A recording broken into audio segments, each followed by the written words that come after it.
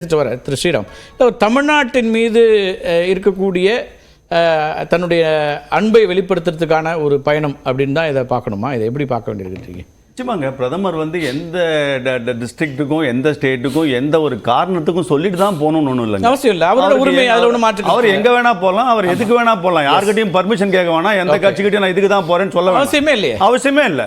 அது மாதிரி அவரோட பர்சனல் ட்ரிப்.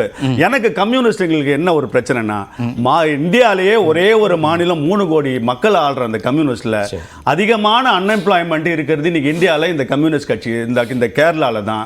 37,000 கோடி பாவம் ரிட்டையர்மெண்ட் ஆகி பென்ஷனுக்கு கஷ்டப்பட்டு இருக்கிற அந்த ஊழியர்களுக்கு பணம் கொடுக்காம புடிச்சு வச்சிருக்கிறது இந்த பார்ட்டி தான். அந்த மாதிரி நாங்கள் மனிதர்கள் மேல தான் எங்களுக்கு அக்கறை. ஆனா அன்வர்னு ஒரு எம்பி ராகுல் காந்தியை டிஎன்ஏ செக் பண்ணுங்கப்பா, அவர் நேருவோட ஃபேமிலியில தான் பிறந்தாரான்னு எங்களுக்கு சந்தேகமா இருக்கு. அது என்ன மாதிரியான அக்கறை? இது ஒரு அக்கறைன்னு எடுத்துக்கணும்னு சொன்னா எடுத்துக்கலாம். சோ அது ஒரு அக்கறையா? இன்னொரு அம்மா ஒருத்தவங்க வருவாங்க, ராகுல் காந்தி எம்பிக்கே லாயக்கு இல்லப்பா, நீ ஏன் அவங்களுக்கு போய் ஓட்டு போடுறீங்க? இதெல்லாம் என்ன மாதிரியான அக்கறை?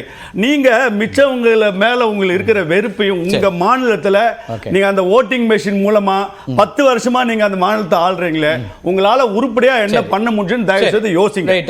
அதனால அதுதான் தமிழ்நாட்டுக்கு வர்றாரு. தமிழ்நாட்டுக்கு அவர் வந்தாருங்க, அவருடைய ஒரு தியானத்துக்கு வர்றாருங்க.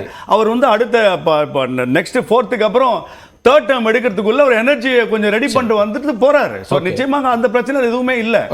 எனக்கு என்னன்னா சீஃப் மினிஸ்டர் தமிழ்நாட்டின் மீது இருக்கக்கூடிய அன்பு அப்படின்னு சொல்றதுனால ஒரு பொலிட்டிக்கல் டிஸ்கோர்ஸ்க்கு அந்த கேள்வி வருது. தமிழ்நாடு அப்படிங்கிறதுல இப்ப சமீப காலமா ரொம்ப பேக் ஃபயர் ஆகுது. ஒடிசால நடக்கக்கூடிய பரப்புரைகளுக்கு பிறகுங்கும் போது தமிழ்நாட்டின் மீது அல்லது தமிழர்கள் மீது என்ன விதமான அன்பை செலுத்துகிறீர்கள்ங்கிற கேள்வியை மீண்டும் வைக்கிறாங்க. ஒரு பேக் ஃபயரும் இல்ல. இங்க திரு எம்ஜிஆர் எலெக்ஷன் வின் பண்ணும்போது மலையாளின்னு பேசணும்.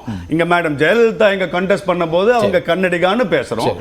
அந்த மாதிரி அங்க எந்த எலெக்ஷன்லயும் அந்தந்த மாநிலத்துல இது வேறு ஒரு லோக்கல் இஷ்யூவை பேசுறது, ஒரு மாநிலத்தையே இழிவுபடுத்துற மாதிரி பேசுறதுலாம் இது ஒரு அரசியல் ட்விஸ்ட். அந்த மாதிரி ரெண்டு வித்தியாசங்கள் இருக்கு. இங்க மாநில கட்சிகள் அவங்க மாநிலத்தின் உரிமைன்னு பேசுறது வேற, நீங்க தேசிய கட்சி உங்க நிலைப்பாடு அதுதானா, பிஜேபி நிலைப்பாடு அதுதானாங்கிற அடிப்படை கேள்வி. தேசிய பார்வை ஒண்ணுங்க, ஆனா அந்தந்த மாநில எல்லாரும் நீங்க தான் சொல்றீங்க இந்தியனாக நாம உணரணும். அந்த மாநிலத்திற்கான மக்களே அங்க ஒரிசா மாநிலத்தில் இல்லாதவர் தான் தமிழ்நாட்டுல என்ன ஆயிடுச்சுன்னா, இல்ல தமிழ்நாட்டுல இல்லாதவர் தான் வேற மாநிலத்திலிருந்து வந்து இங்க ஆளணுமான்ற ஒரு क्वेश्चन. இந்த கேள்வி எல்லாம் தமிழ்நாட்டுல எழுப்பப்பட்ட போது இதெல்லாம் கடுமையா கண்டிச்சவர்கள் நீங்க. என்ன சொன்னீங்க? நாம என்ன இங்க தமிழ்நாட்டுல தமிழ் தேசியம் பேசுறதுல இருந்து மற்ற எல்லாரும் என்ன பேசுறாங்கன்னா, கம்ப்ளீட் பண்ணல, யார் வேணா வரட்டும் ஆனா ஆள்றது தமிழா இருக்கணும்னு சொன்ன போதெல்லாம் எப்படி இது ஒரு இனவாதம் பேசலாமா சரியா, மொழிவாதம் பேசலாமா சரியான்னு கேட்டுட்டு இன்னைக்கு நாம ஒடிசால போய் தமிழியன் ரூல் ஒடிசான்னு கேட்கறது என்ன வாதம்? அது ஒரு கேள்விகள் எழுப்பப்பட்டதுன்னு சொல்றீங்கல்ல, அந்த கேள்விகளை எழுப்புறதுனாலே அந்த ஒரிசா தமிழர்களுக்கு எதிர்ப்பாளர் சொல்றது நீங்க இல்ல சார். நான் ஒரு சீரியஸா விஷயத்தை சொல்றேன். ஸ்ரீராம், ஒரு விஷயம் சொல்றீங்களா? பிரைம் மினிஸ்டர் ஆரம்பிக்கிறாரு சார், ஒரே விஷயம் சார், அவர் பொலிட்டிக்கல் பார்ட்டி நான் கேள்வி எடுத்து நீங்க பேசுங்க, அதுதான் அந்த பேச்சு. நான் வர்றது என்ன தமிழர்னு இல்ல இல்ல விகே பாண்டியன் சொல்லல, இல்ல நான் சொல்றேன் என்னன்னா விகே பாண்டியன்ங்கற அதிகாரியை பற்றி ஸ்பெசிஃபிக்கா பேசலாம். என்ன விஷயம்னா கேள்வி எடுத்து மாதிரி இருக்க கூடாதுன்னா பிஎம் சொல்றாரு சார். அதெல்லாம் சொல்லுங்க சார். பிரைம் மினிஸ்டர்ல தொடங்கி உள்துறை அமைச்சர் அதுக்கப்புறம் ஸ்மிருதி இரானி வரைக்கும் என்னென்னலாம் சொல்றாங்கன்னா, தமிழ்நாட்டிலேருந்து ஒரு அதிகாரி ஒடிசாவை ஆளலாமா, தமிழ்நாட்டில் தான் அந்த சாவி, பொக்கிஷத்தின் சாவி இருக்கிறது, கான்ட்ராக்ட் ஒடிசாவுடைய கான்ட்ராக்ட் பூரா தமிழ்நாட்டுக்கு போகுது. இவ்வளவு விஷயங்கள் அங்கே சொல்லும்போது அப்போ தமிழ்நாட்டில் அன்பு, தமிழ் மக்கள் மீது அன்பு, தமிழ்நாட்டின் மீதான பாசம், இதெல்லாம் கேள்விக்குள்ளாயிடாதா? அதாங்க இப்போ நீங்க அதானி அம்பானி வச்சு இவங்க எல்லாம் பேசலையா? அதானிக்கு இதை கொடுத்துட்டாரு, அதானிக்கு அதை கொடுத்துட்டாரு, நீங்க எல்லாம் கூப்பிட்டு கொடுத்தீங்களே. இப்போ அதிரஞ்சன் சௌத்ரி சொன்னாரு, வெஸ்ட் பெங்கால் எங்களுக்கு சேர வேண்டியதை கொடுத்துட்டா நாங்க அதானியை பத்தி பேச மாட்டோம்னு சொல்றாரு. சோ அந்த மாதிரி இவங்க எல்லாம் பேசுறதெல்லாம் எந்த நிலைமைன்னு நீங்க ஒரு ஜஸ்டிபிகேஷன் கொடுக்க முடியுமா? இது பேசுறது நீங்க கேட்ட கேள்விக்கு நேரா பதிலே இல்ல. அந்த லோக்கல் இஷ்யூ நிச்சயமாக நான் நேரா சொல்றேன். இது டங் சார் மிஸ்டர் இதுல அந்த பார்ட்டி கேண்டிடேட்டா இல்ல. இந்த வார்த்தை அதாவது ஸ்பிளிட் ஆஃப் ஒரு இது தெரியாம வாய் தவறி அப்படிலாம் வரல. சிஸ்டமேட்டிக்கா நான் வரேன் சார், உங்கள்கிட்ட வரேன் கட்டாயமா. முருகானந்தன் சார் உங்கள்கிட்ட வரேன், நீங்க கேட்டீங்க, நான் உங்களுக்கு அந்த ஸ்டேட்மெண்ட்ஸ் எல்லாம் படிக்கிறேன் ஒன்னொன்னா. பிரதமர் என்ன சொன்னாங்க, உள்துறை உள்துறை அமைச்சர் என்ன பேசினாரு, ஸ்மிருதி இரானி என்ன பேசினாங்க, மற்றவர்கள் என்னெல்லாம் முன் வச்சாங்க, இது எல்லாமே முழுமையா அங்க ஒடிசால நடக்கக்கூடிய மாநில தேர்தலுக்காக நீங்க வி.கே. பாண்டியன்கிற தனிப்பட்ட அதிகாரி மீது என்ன விமர்சனம் வச்சாலும் அந்த கேள்வியே வராது. ஆனால் அவர் தமிழ்நாட்டை சார்ந்த ஒரு அதிகாரி, தமிழ்நாட்டை சார்ந்த ஒருத்தர் இங்கே ஆளலாமான்ற கேள்விகள் வைக்கும்போது நேச்சுரலாக உங்கள்கிட்ட தான் இந்த கேள்வி வரும். எல்லாரும் இந்தியரா பாருங்கன்னு சொல்லிட்டு இன்னைக்கு ஏங்க தமிழ்நாடு பிரித்து பார்க்குறீங்கிற ஒரு கேள்வி வரும். அப்புறம் போலரைசேஷனுக்கான ஒரு அட்டெம்ப்ட் இருக்கான்ற கேள்வி வரும் இல்லையா?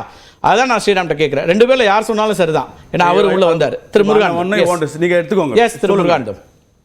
அதாவது வந்துங்க கார்த்திகை செல்வன், அவருக்கான சோர்ஸ் எங்கிருந்து வருது, அவர் தவறு செய்யக்கூடிய அத்தனை முகாந்தரங்களும் எங்கிருந்து உருவாக்கப்படுகிறது, அது தமிழகத்தில் இருக்கக்கூடிய முக்கியமான அரசியல் குடும்பத்தில இருந்து அவர்களுக்கு சப்ளை நடக்கின்றது அப்படிங்கிற கோணத்துல தான் நேரடியாக சொல்லுகின்றோம். இல்ல சார், அவர் நான் என்ன சொல்றேன் சார், வி.கே. பாண்டியன்கிற அப்படி இருக்கும் பொழுது தவறு யார் செய்தாலும் அதனுடைய சாவி தமிழகத்துல இருக்கின்றது. எங்க இருக்கு உங்களுக்கு தெரியாம ஆட்சி பொறுப்புல இருக்கீங்களா? சொல்ல வேண்டியது யாராக வேணாலும் இருக்கட்டும் சார். 40 ஆண்டுகளா அது வந்து தேடப்பட்டு இருக்கு சார். 40 ஆண்டு வழக்கு இருக்கு, உச்சநீதிமன்றத்துல வழக்கு இருக்கு. ஒவ்வொருத்தரா தான் உள்ள எளிமையான விடை சொல்றீங்க. ஒண்ணு கிடையாதுங்க.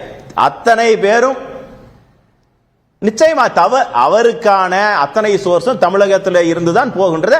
அதையும் கண்டுபிடிப்பார்கள். அதற்கான முகாந்திரம் இருந்தால் சரியான கோணத்தில் விசாரிக்கப்பட்டு அதில் யாரெல்லாம் தொடர்பு இருக்கின்றார்களோ அத்தனை பேருக்கு உண்டான விஷயத்தை அந்த நடவடிக்கை நிச்சயமாக எடுப்பார்கள். அதைத்தான் அந்த இடத்துல சொல்லி இருக்கின்றார். இதுல வந்து அதுல என்ன இருக்குது, ஒளிவு மறைவுக்கு ஒரு ஃப்ரேஸ் இல்ல சார். ஒரு இடத்துல சொல்லிட்டு நகர்ந்து போலாம் விஷயங்க. திரு முருகானந்தம், இல்ல ரொம்ப ஸ்பெசிபிக்கா நீங்க பல இடங்கள்ல சொல்றங்க, பல முறை பேசப்பட்டது. திரு